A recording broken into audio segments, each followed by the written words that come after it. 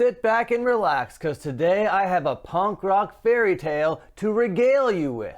This is a tale of star-crossed lovers that crossed each other's paths in 1987. We're talking about Tim Armstrong. We're talking about Jesse Michaels. We're talking about Operation Ivy, of course, and we're talking about Gilman Street. Hey, how's it going? It's your friendly neighborhood gatekeeper here, Dan Frampton, and today I want to talk about the kind of reunion of Operation Ivy that isn't the reunion of Operation Ivy that any of us fans asked for or wanted, but it's happening right now in this supergroup type thing called Doom Regulator. Yes, Doom Regulator, but we'll get to all that in a little bit. First, let's cast back to 1987. If you ever need to think about the history of this band Operation Ivy, all you need to do is think of that Rancid lyric. Started in 87, ended in 89. So that's all you need to know. And in that 2-year time space, we got this guy over here. Back then he was known as Lint, but now he goes by his real name of Tim Armstrong. And look at him here with the bandana and the left-handed guitar. All the baggy clothes, you know? And I think the Lint era is actually Tim Armstrong's coolest era, but you know, everybody has their own opinion.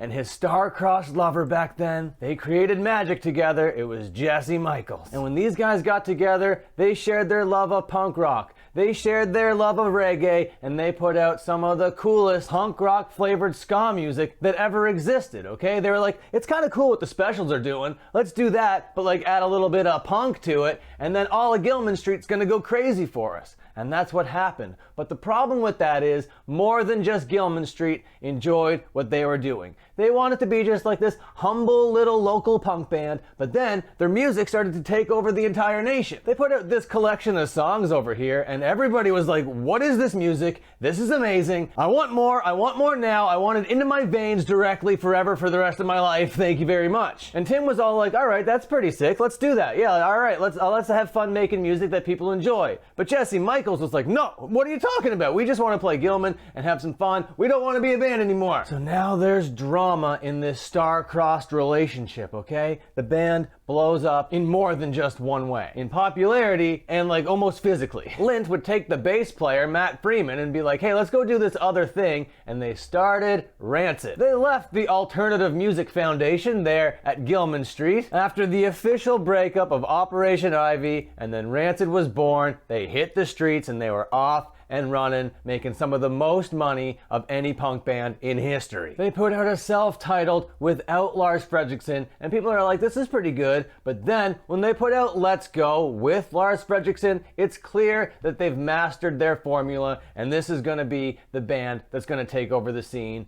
And then when Out Come the Wolves comes out, it was official, this band has taken over the scene. And that was their kind of peak in popularity, the biggest punk band on the underground pretty much, them and NoFX. But of course my favorite record of theirs comes out in 2000 when they take a little bit more of a hardcore approach. So while they're moving and shaking and winning over hearts from coast to coast, Jesse Michaels is still doing his thing very low-key. He's a very creative, artsy type person, you know, he never stopped doing that type stuff, but he just wasn't in the limelight, he wasn't in the spotlight. I don't know if he like enjoys that kind of thing or whatever. So then like 500 years pass, okay? And last year, they get together again. The star-crossed lovers hatched their differences. The universe and the cosmos brought them back together to perform the song Sound System. But they didn't have all the original members of Op Ivy, okay? They just had Jesse Michaels and Tim Armstrong, okay, playing the role of Lint, but they were backed by the members of the Interrupters. And I remember when this happened, dude, this was so cool to see them on stage again, playing old school tunes. It was like, yeah, my God, these guys should get back together and do a thing. And I think there was something in the air that evening, because that is exactly what they did. They got back together to do a thing, but that thing wasn't necessarily an Operation Ivy reunion, okay? They got together and called themselves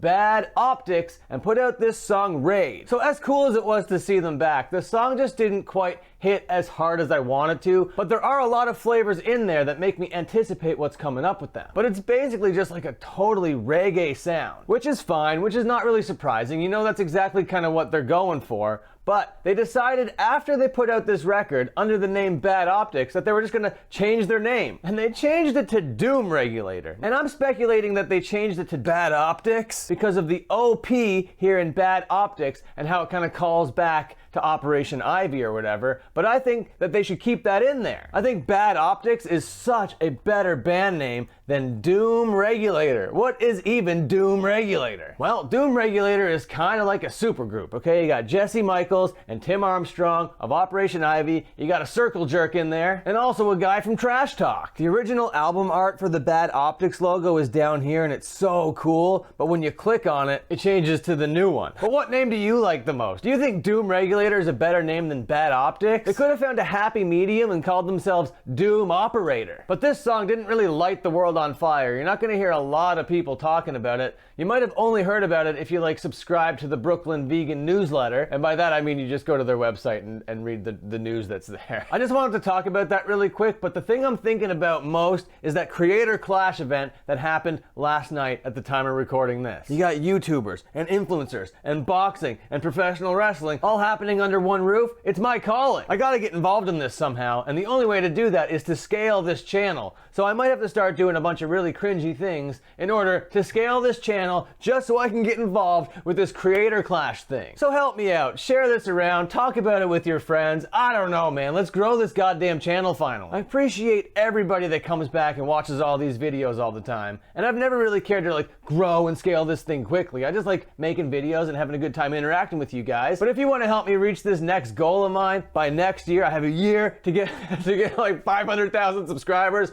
then let's get this ball rolling. Hit that like, okay? You gotta be ringing that bell. Commenting stuff is great. Just take the pancake emoji and spam it down there. And if you don't like the pancake emoji, just choose any emoji. I don't care. We gotta trick the YouTube algorithm into thinking that what I do here is entertaining.